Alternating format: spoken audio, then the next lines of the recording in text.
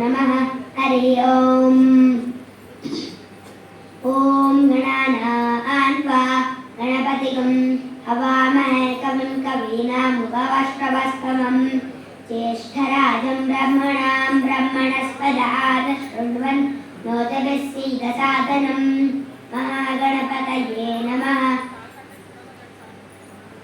ॐ भद्रं कर्णेभिः शृणुयाम देवाः भद्रं पश्येमाक्षभिर्यजत्राः स्थिरैरङ्गैस्तुवांसस्तनोभिः पश्येम देवहितैर्यदायुः स्वस्ति न इन्द्रो वृद्धश्रवाः स्वस्ति नः पूषा विश्ववेदाः स्वस्ति नस्तार्क्ष्यो अरिष्टनेमि स्वस्ति नो बृहस्पतिर्ददातु।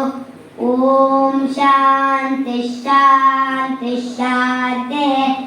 ॐ नमस्ते गणपतये त्वमेव प्रत्यक्षं तत्त्वमसि त्वमेव केवलं कर्तासि त्वमेव केवलं धर्तासि त्वमेव केवलं हर्तासि त्वमेव सर्वं कल्विदं ब्रह्मासि त्वं साक्षादात्मासि नित्यं ऋतं वच्मि सत्यं वच्मि अव त्वं माम् अववक्तारम् अवश्रोतारम् अवदातारम् अवधातारम् अवानूचानमवशिष्यम् अवपश्चात्तात् अवपुरस्तात् अवोत्तरात्तात् अवदक्षिणात्तात् अवचोद्वात्तात् अवादरात्तात् सर्वतो मां पाहि पाहितमन्तात्।